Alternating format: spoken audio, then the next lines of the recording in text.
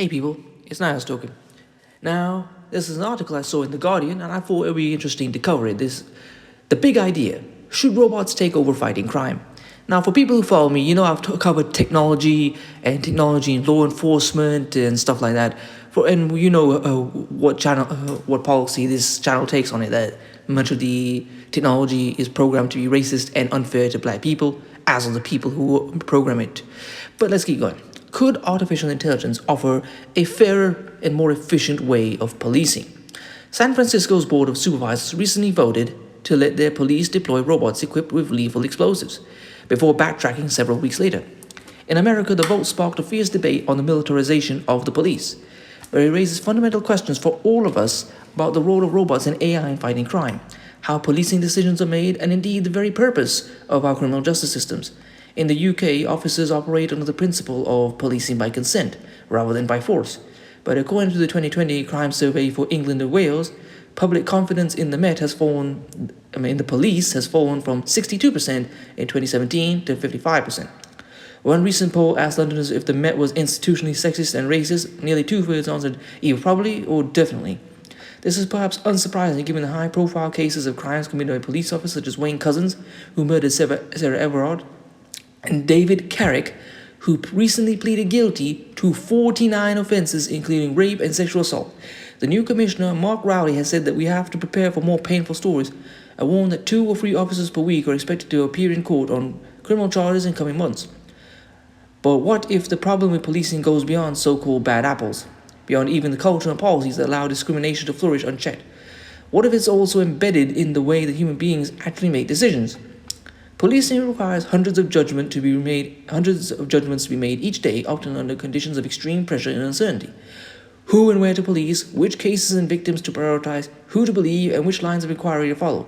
As Malcolm Gladwell explains in Blink, these rapid decisions, often described as hunches, are informed by our individual, social, and emotional experience, but also the prejudices we all have internalized from wider society, such as racism, sexism, homophobia, and transphobia. Could artificial intelligence therefore offer a fairer and more efficient way forward for 21st century policing? There are broadly 2 types of AI. Narrow AI, which can perform specific tasks such as image recognition, and general purpose AI, which makes far more complex judgment and decisions extending across all kinds of domains. General purpose AI relies on deep learning, absorbing huge amounts of data and using it to continually adjust and improve performance, and has the potential to take over more and more of the tasks humans do at work. ChatGPT, a state-of-the-art language processing model that has the ability to write research papers, articles, and even poems in a matter of seconds, is the latest example of this to catch the public imagination. AI can already search through millions of pages and analyze vast amounts of social media posts in order to identify and locate potential suspects. Draw upon other kinds of data, it could also help predict the times and places where crime is most likely to occur.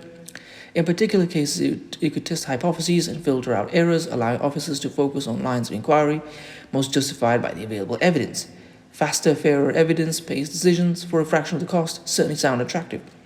But early research suggests the need for caution. So-called predictive policing uses historical information to identify possible future perpetrators and victims. But studies have shown that the source data for this kind of modeling can be riddled with preconceptions generating.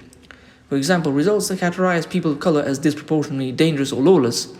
A 2016 RAND Corporation study concluded that Chicago's heat map of anticipated violent crime failed to reduce gun violence, but led to more arrests in low-income and racially diverse neighborhoods. Well, anyone can tell you this. The police have been racially discriminatory and they know what types of people to target. They target black people, and in many cases, the justice system, even if they arrest white people, let them off or give them very reduced sentences.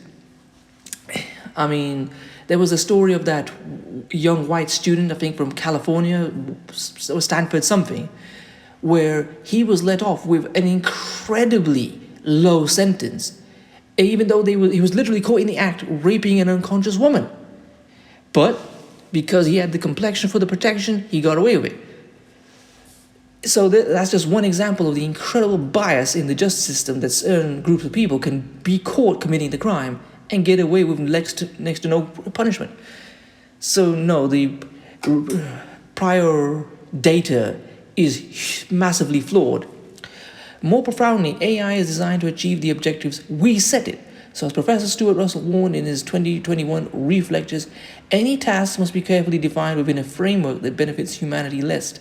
As in The Sorcerer's Apprentice, the command to fetch water results in an unstoppable flood. Eventually we may learn to design out bias and avoid perverse consequence, but will that be enough? As Professor Batya Friedman of the University of Washington's Information School has observed, justice is more than a right decision. It is a process of human beings witnessing for each other, recognizing each other, accounting for each other, restoring each other. Instead of debating what AI will or will not be able to do in the future, we should be asking what we want from our criminal and justice system and how AI could help us to achieve it. Our ambitions are unlikely to be delivered merely by replacing officers with computers, but think what might be achieved in a human-machine team where each learns from and adds value to the other. What if we subjected human beings to the same scrutiny that we quite rightly place on AI, exposing our biases and assumptions to ongoing constructive challenge? What if AI could assist with repetitive and resource-intensive tasks, giving police officers what Professor Eric Topol, writing about the AI revolution in medicine, is called the gift of time? This will allow them to treat both victims and the accused the dignity that only humans can embody and that all members of society deserve. Perhaps this would earn the trust and consent of the public upon which policing really depends. I think the article has a point. We just need more accountability for the human police.